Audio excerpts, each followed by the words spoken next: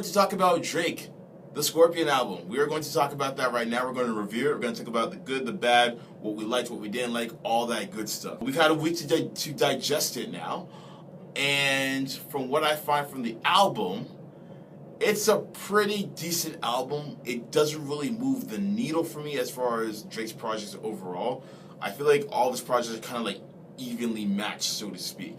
I'll talk about the good stuff. Let's talk about the good stuff that I liked. Okay. So, as we all know, it's a double-sided album. You got the A side, you got the B side. And I find that double disc albums in general are very hard to pull off because people's attention span is very small. And also that leaves you the room to create a lot of mistakes, basically. And with this album, I saw the flaws in it, but I saw the positives in it as well. So once again, let me just get to the positives. So what I liked was Side A. Side A was good. I liked it. Side A overall was good. What I got from Side A was the type of rapping that I want to hear from Drake. I didn't get too much of the trap rap, which I feel is very derivative, not just from Drake, but from like any artist in general, unless if there's a concept to how you're doing it. But I got rappity rap Drake, like comeback season-esque Drake in terms of the flows and the flow pattern and all that. I mean, right out the gate, Survival, listen, that beat and the bars he was dropping on that record were insane. My man said, "You niggas pop mollies, my mollies pop niggas." My goodness. I know every man in Rexdale and Ottawa were feeling that line right there, okay? But no, he had gems like that, which I really appreciated because I've been saying this for years. When Drake tries to rap, when he's actually trying, when he's putting his A game into it, this man has bars for days. His wordplay is crazy. And people should not underestimate that even for a second. So I really appreciate the fact that Drake was really going in. And then you have the record Nonstop, which I feel is kind of like that riding in the whip with your homies type of record that you want to play. You kind of play that record like late at night, like at least like 9 or 10, whatever, when you're cruising downtown. You know, you and your boys are on the mission, or you and your ladies are on the mission as well, heading to wherever, basically. So that record was cool. But for me, the standout record on Side A was Emotionless. I love that record. That is easily my favorite record of the entire album as a whole. And I don't see that changing anytime soon, mainly because of the content that he was spitting on there. The first verse, you could argue that he was talking about the whole Kanye and Pusha T situation. And then the second verse, he was just talking about how social media corrupts a lot of people. And it really creates this generation of people who do the most for attention. Like, he was talking about different stories of women who take a whole bunch of pictures when they're on vacation, but then they just kind of sporadically put those pictures out once they come back and make it seem as if like they're there all year round. You know, just keep you up for appearances. He also talked about a story about a woman who has the happiest marriage until she puts down her phone. So kind of highlighting the couples who kind of live vicariously through one another through means of social media, taking pictures of them going to a theme park or to a sporting event or a concert. Their whole entire social media timeline is just filled with pictures of them, and then we all assume that they're the most happiest couple in the world. But what we don't see behind the scenes are maybe things like abuse or infidelity or anything of the sort. And that's why I liked it when he said, you know, she has the happiest marriage until she puts down the phone. So without social media, we don't know what's going on in her private life. He also had another line in that record where he said, "A wise man once said nothing at all." Love that line. Matter of fact, he gets a cool drop for that. There we go. Gets a cool drop for that. I love that line because I'm always under the belief where you shouldn't talk a whole lot of your plans or whatever you have in the works until it's ready. And I feel like the loudest people in the room are often, you know, the quietest when it comes to their overall ambition. That's what I always find. People who always have to talk a big game about something that they may or may not know, I feel like they're the ones who are looking for attention for the most. So I really love the fact that he said that line in there too. And then of course he said the line that everyone's talking about. I didn't hide my world from the kid, I hid the world from my kid, basically. I love it because at the end of the day, you don't want to expose somebody so young to a world that's just so very fabricated and unforgiving. Like, he's the child of a celebrity father, basically. and that's gonna weigh a lot. That's gonna weigh heavily on a lot of people as they grow up. You hear about these child stars or the kids of stars who grow up and they become very erratic and they rebel a lot just so they can get their own spotlight essentially. So I like they put that line out there. I know the Drake haters or the people who just can't stand Drake for whatever reason. I mean, like, no, that's no excuse, guys. That's no excuse. He's a deadbeat. No, he's not a deadbeat father. He doesn't have to expose his kid out for the world to see on social media. That's his choice to not do that, and I, for one, commend him for that. Like, you don't have to be a DJ Khaled and promote your son Assad all the time. It's like, okay, we get it. You love your kid, as you should. Just chill, all right? So I was okay with that. That was cool. Overall, that was a good record. There's so many quotables from that song, but the thing I took away from that song in particular was social media can be the devil. It can be so flawed. It can be so false at times. Even my personal account on IG, I haven't used it in like weeks, maybe even a month at this point. So I'm just glad that Drake decided to make a record about that. And again, another line that I loved was him talking about how people love to shit on their own city that they live in and make it sound so bad when they go over to another city for a vacation, whatever the case may be, and big that city up for whatever reason, you know? So I also like that line. I can't remember exactly what he said, but it was something along to that extent. So that was really cool. I liked it. Other than that, man, he had a lot of good songs. He had 8 out of 10. Love that record. He had Sandra's Rose produced by Primo, and I love it when a rapper goes over a Primo beat. I just love it. It feels like an event to me. I love it. I wish the scratchy hook was there just for signature purposes, but I'm not mad. I also liked, man, I mean, God's Plan grew on me over time. I'm upset. It was all right. It's within the context of the album. I like it better. And then if you're watching the video for it, you know, it's good. But on its own, I can understand why people weren't really digging it that much. Other than that, man, like there was a lot of solid records. I wasn't really too high up on the Jay-Z collaboration. Talk, I think it was called. I was really too high up on it. I was like, okay, it's cool. Like, it doesn't really do a whole lot for me. It's all right. The beat was nasty. I'll give them that. But it felt very nonchalant on both Jay's side and Drake's side. So I was kind of whatever about it. But the beat was pretty dope. But overall, like the rap side of that album, which is side A, essentially, I was digging it. I liked damn near every minute of it, and I loved it. I would have been just happy with that part alone.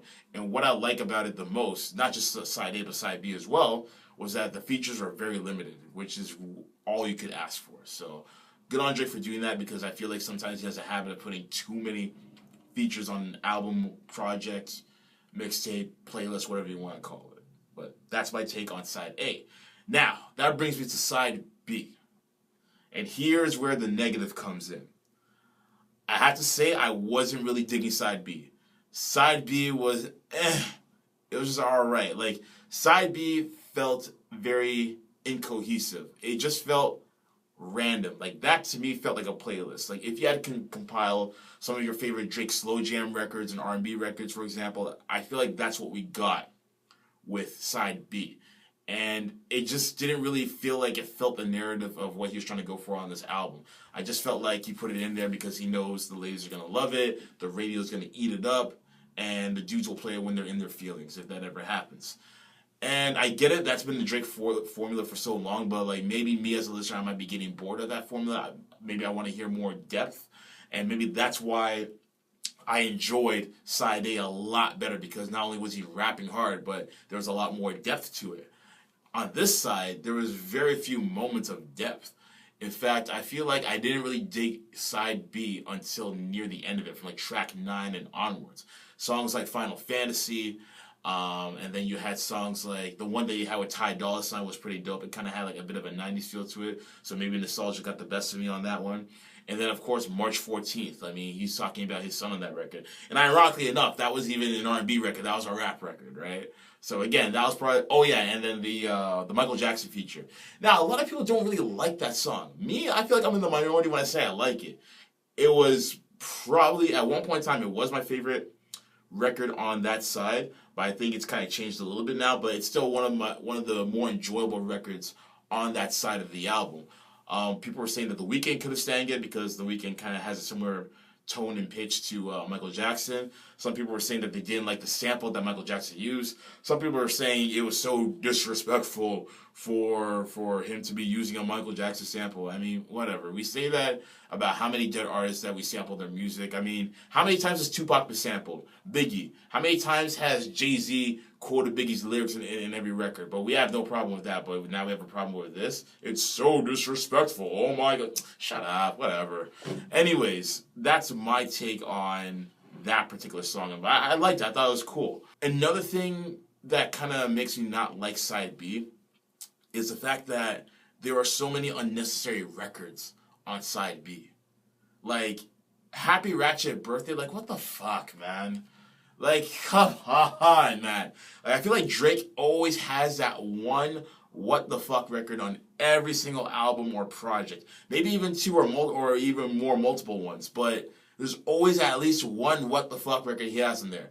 And on this album, it was that record. I could go down the list of what the F records that he's had in the past, but right now, this is the latest one. Like, I get it. Girls are gonna like it when they're drunk in the club, and someone's gonna be celebrating their 19th or 20th birthday, and the DJ's gonna play, be like, happy Ratchet birthday, happy Ratchet birthday. Like, I don't care for it. Like, and it's just weird that it has this like calypso rhythm beat to it. Like, I don't know what he was going for it. I mean, it's cool if you're going to a luau in Kauai and they're playing that record, I guess, but it doesn't do anything for me, so I'm sorry, but I'm not digging it. And then you also have Nice for What? That's a dope record. Video or No Video, that's a dope record, so I'm not mad at that record at all. But overall, Side B was just kind of, it was alright. Side A, I was like, yes, I love Side A. Side B, The thing that I really don't like when it comes to Drake albums for the most part, and Side B plays heavily into this, is the fact that, as I was saying, like, there's so much filler, and overall it just means that you have too much songs on an album. And when it became clear that this is a double album, I got worried. I got worried before I hit play. I got extremely worried. I'm like, oh no, he's about to do it again. We're going to get like 5 or 6 songs way too extra, and it's going to drag down the quality of the album. When I finished listening to Side A, I'm like, oh, damn near every track has been digestible thus far. Okay. And then we go to Side B, and it's like, here we go again. Here we freaking go. So I don't like it when he has too many songs on the album. Because he averages about like 20 to 21 songs per album or per project in general. And it annoys me because it just drags it down that much more because we don't need the fat. Just cut the fat out. The only album that I find where there weren't too many songs, it was cohesive, it was concise, and the features were limited, was Nothing Was the Same. Which is why I still think to this day that Nothing Was the Same is his best album. And the features that were on there, they were used properly. Pound Cake with Jay-Z, From Time with Jhené Aiko. Those are the only features I can think of. I know the Birdman was on one of them, but that was on one of the throwaway records that he had on there. But overall, this album was good. Like, if I had to rate it between 1 to 10, or let's just say, let me give it some cool points actually, from 1 cool point to 10 cool points, I'll give it an even 7. An even 7. I'm thinking like I was flirting with like 6.8, 6. You know what? I'm gonna say it deserves between 6.8 to 7 cool points out of 10. I'll say this: if he had, let's say it was a single album, and he had 15 tracks on there, you can keep maybe, I think there was 12 tracks on that first side A. Take out maybe 2 of them, substitute them with maybe the last 3 or 4 songs on Side B, shuffle it around, and you might have the best Drake album. I'll say album, not project as a whole, but I'll say album that we've had thus far, if he had done that. But the way it's currently constructed right now, yeah, it's 6 to 8, it's 6.8 to 7 cool points, I'll give it that. Because, damn, there's a lot of filler in there, that filler that we didn't need, that you could have saved that for like a B-side album, so to speak, like a lost tapes or like an EP of some sort. But, yeah, I really wanted this to be a good album, like a really, really good album, like a great album almost. I really wanted it to be. especially in light of what's happened with Pusha T and all that stuff. But it's just like it's a decent album. It's a decent album. Drake really hasn't really moved the needle for me since Nothing Was the Same, and even with that one still had its missteps as well. But it's still his best album thus far. I feel like Drake is just kind of playing it safe right now. He'll give us a few gems here and there.